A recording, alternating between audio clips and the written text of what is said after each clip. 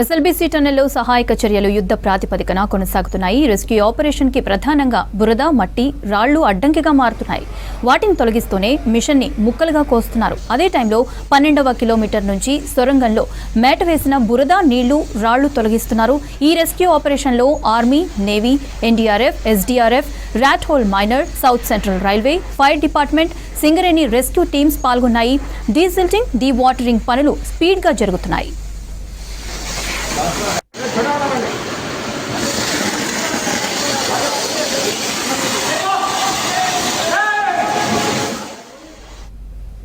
Right, rescue operation కి సంబంధించిన మరిన్ని సమాచారం బాలకృష్ణ అందిస్తారు. టన్నెల్ వద్ద 7వ రోజు రెస్క్యూ ఆపరేషన్స్ కంటిన్యూగా జరుగుతున్నాయి. షిఫ్టుల వారీగా లోపలికి రెస్క్యూ టీమ్స్ అన్నా కూడా లోపలికి వెళ్తున్నాయి. ఇండియన్ ఆర్మీతో పాటు ఎన్డీఆర్ఎఫ్, అట్లాగే ఎస్డీఆర్ఎఫ్ టీమ్స్, రెస్క్యూ టీమ్స్ అన్నీ కూడా లోపలికి వెళ్తున్నాయి. సో లోపల ఉన్నటువంటి డీసిల్టింగ్ అండ్ డీవాటరింగ్ ప్రక్రియ క్రమక్రమంగా పెరుగుతోంది. దాన్ని యుద్ధ ప్రాతిపదికన క్లియర్ చేసే ప్రయత్నాలు అయితే చేస్తున్నారు. మనం చూస్తే కనుక ఏదైతే డీసిల్టింగ్ ఉందో ఆ డీసిల్టింగ్ అంతా కూడా క్లియర్గా వాటిని బయటికి తీయడానికి ప్రయత్నాలు అయితే ముమ్మరంగా జరుగుతున్నాయి. మనం చూడవచ్చు ఆ ట్రాలీల ద్వారానే లోపల ఉన్నటువంటి బురదని కానీ మట్టిని కానీ బయటికి తీసుకొచ్చే ప్రయత్నాలు అయితే చేస్తున్నారు. మనము ఆ లోకో ద్వారా చూస్తున్నాం. సో మనము ఏదైతే లోపల దాదాపు 15,000 క్యూబిక్ మీటర్ల పైగా మట్టి ఉంటుందని చెప్పి మనం క్లియర్గా చెప్పిన సందర్భంలో ఆ మెటీరియల్ అంతా కూడా బయటికి వస్తుంది. ఈ బురదని దాదాపు 14 కిలోమీటర్ల నుంచి కూడా తీసుకొస్తున్నారు. ఆ వాటర్ని కూడా ఆ ట్రాలీల ద్వారా తీసుకుని వస్తున్నటువంటి విజువల్ మనం క్లియర్ చూస్తున్నాం. లోపల నుంచి రెస్క్యూ టీమ్స్ వాళ్ళు కష్టపడి తీసుకొచ్చినటువంటి ఏదైతే మెటీరియల్ ఉందో ఆ రాట్ హోల్ మైనర్స్ కానీ అట్లాగే ఎన్డీఆర్ఎఫ్, ఎస్డీఆర్ఎఫ్ టీమ్స్ ఉన్నాయి.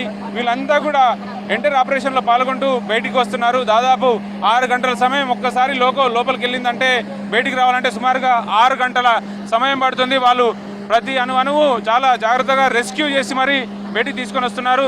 సో వాళ్ళతో మాట్లాడే ప్రయత్నం చేద్దాం. వాళ్ళు ఎట్లాంటి ఆపరేషన్లో ఇన్వాల్వ్ అయ్యారు, లోపల జరుగుతున్నటువంటి ప్రయత్నాలు ఏ విధంగా ఎట్లాంటి ఎఫర్ట్ చేస్తున్నారో తెలుసుకునే ప్రయత్నం చేద్దాం.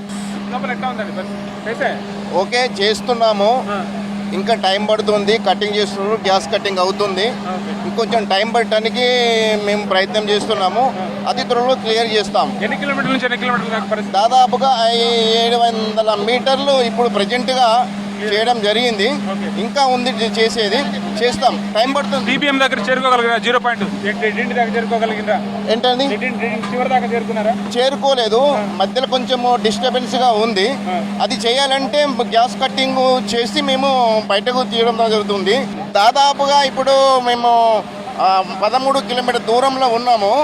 ఆ దూరం నుండి అక్కడ మనకు కావాల్సినటువంటి ఆ రూప్ అయితే ఏదైతే కింద పడిపోయిందో అదంతా కూడా రాడ్స్ ఉన్నాయి, కటింగ్స్ రాడ్లు ఉన్నాయి, తర్వాత వచ్చేసి గాటర్లు ఉన్నాయి. అవన్నీ కటింగ్ చేసుకొని మేము వస్తాం.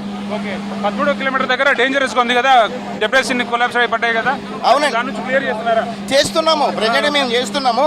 కాకపోతే టైం పట్టుద్ది, ఎందుకంటే సీరియస్గా ఉంది. అది కొంచెము ఎక్కువ గాటర్స్తో కూడలే కాబట్టి అది తీయలేకపోతున్నాము. గ్యాస్ కటింగ్ చేసి తీస్తున్నాం బయట. ఎన్ని గంటలు పైన లోపలే ఉన్నారు? దాదాపుగా మేము 12 గంటల పైన అయిపోయింది లోపల. అంటే రాత్రి నిన్న వెళ్ళాము సార్. నిన్న మేము దాదాపుగా 8 గంటలకు వెళ్ళాము. ఈ టైంకి వచ్చాము. సో మొత్తానికి వాళ్ళు చెప్తున్నది ఇది పూర్తి స్థాయిలో డెబ్రిస్ని అట్లాగే మట్టిని కూడా క్లియర్ చేస్తున్నారు. మనం కనుక చూస్తే మాత్రం చాలా ఇప్పుడు లోకల్లో దిగినటువంటి ఎంటైర్ టీమ్ ఇది. రెస్క్యూ ఆపరేషన్ సంబంధించి పార్టిసిపేట్ అయినటువంటి టీమ్ ఇది. ఆ టీం అంతా కూడా ఒక్కసారిగా బయటికి రావడం జరిగింది. వాళ్ళంతా కూడా దాదాపు కొన్ని గంటల సమయం లోపలనే ఉండి మ్యాక్సిమం ఎఫర్ట్స్ అయితే చేస్తున్నారు. ముఖ్యంగా ఆటంకంగా మారుతుంది లోకో వెళ్ళి రావడానికి ఆటంకంగా మారుతున్న సందర్భంలో మనకు ప్రధానంగా ఐరన్ సంబంధించినటువంటి స్పేర్స్ కానీ, విడిభాగాలు కానీ, బురద కానీ, నీళ్లు కానీ చాలా క్రిటికల్గా మారుతున్నాయి. మనము ఇక్కడ కనుక చూస్తే లోపల నుంచి లోకో ద్వారా వచ్చినటువంటి ఏదైతే ఐటమ్ ఉందో మనకు క్లియర్ కనిపిస్తుంది. ఇదే వాటర్ నిమిషానికి 5,000 లీటర్లకు పైగా ఉడుతున్నటువంటి ఊటకు సంబంధించిన వాటర్ ఇది. సో దీంతోపాటు దీనిలో బురద ఉంది, మట్టి ఉంది, సిమెంట్ సంబంధించినటువంటి అవశేషాలు కూడా ఉన్నాయి. సో వీటన్నిటిని కూడా ఏదైతే ఈ ట్రాలీలు ఉన్నాయో దానిలో తీసుకొని బయటికి వచ్చారు. సో దీని అంతా కూడా క్లియర్ చేసి మళ్ళీ యాజ్ యూజువల్గా టీం అంతా కూడా మళ్ళీ లోపలికి వెళ్తారు. షిఫ్ట్ల వారిగా లోపలికి వెళ్తున్నటువంటి సిచ్యువేషన్ క్లియర్గా కనిపిస్తుంది.